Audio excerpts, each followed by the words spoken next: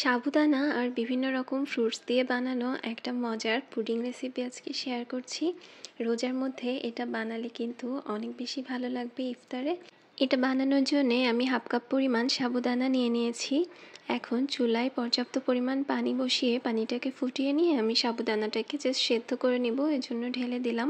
আমার এখানে 15 মিনিটের মতো সময় লেগেছে সাবুদানাটাকে সিদ্ধ করে নিতে। এই যে যখন এরকম হয়ে আসবে তখন চুলা থেকে নামিয়ে নিয়েছি। আমি এখানে একটা ছাঁকনিতে প্রথমে ছেঁকে নিচ্ছি, তারপর একদম ঠান্ডা পানি দিয়ে মানে নর্মাল টেম্পারেচারের পানি দিয়ে এটাকে ভালোভাবে ধুয়ে নিচ্ছি। আমি এখানে কিছু ফ্রুটস কেটে নিয়েছি, তরমুজ, আঙুর আর আপেল একদম ছোট ছোট টুকরো করে কেটে নিয়েছি। তবে যে কোনো ধরনের ফ্রুটসই এখানে ব্যবহার করতে পারেন। এখন আমি যে মোল্ডটাতে পুডিংটা সেট করব, সেই মোল্ডে নিচে আমি এইভাবে ফ্রুটসগুলো দিয়ে খুব ভালোভাবে সমান করে বিছিয়ে দিচ্ছি। এরপর এটাকে এক সাইডে রেখে আমি চুলায় একটা প্যান বসিয়ে দিয়েছি। তার মধ্যে 1.5 কাপ পরিমাণ ফুল ক্রিম লিকুইড মিল্ক নিয়ে নিয়েছি। এখন চিনি অ্যাড করে দিচ্ছি 1/4 কাপের মতো। 1/4 কাপ হচ্ছে এনাফ এই পরিমাণের জন্য চিনিটা। আর আগার আগার পাউডার দিয়ে দিয়েছি 1 চা চামচের মতো। আর আমি এটাকে একটু ফ্লেভারফুল করার জন্য অরেঞ্জ এসেন্স দিয়ে দিয়েছি 1/2 চা চামচের মতো। তবে এখানে চাইলে আপনারা ভ্যানিলা এসেন্সও অ্যাড করতে পারেন। আর আমি দিয়ে দিলাম কিছু কাঠবাদাম কুচি। এখানে যে কোনো ধরনের বাদামও ব্যবহার করতে পারেন, পুরোটাই নিজের ইচ্ছা অনুযায়ী। এখন চুলাটা অন করে দিয়েছি আর একটু নাড়াচাড়া করে মিশিয়ে নিচ্ছি।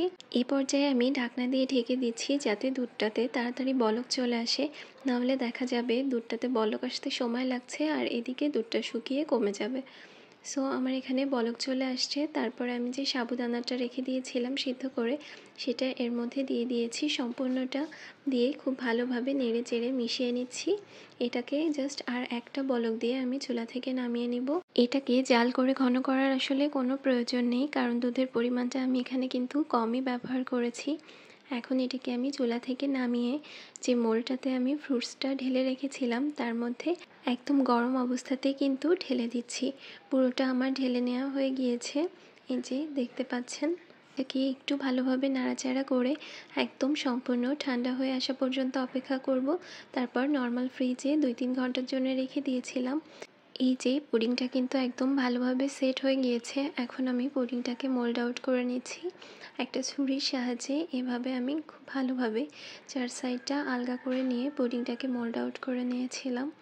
আর মাশাআল্লাহ পুডিংটা কিন্তু খুবই পারফেক্ট হয়েছিল, একটুও ভেঙে যায়নি।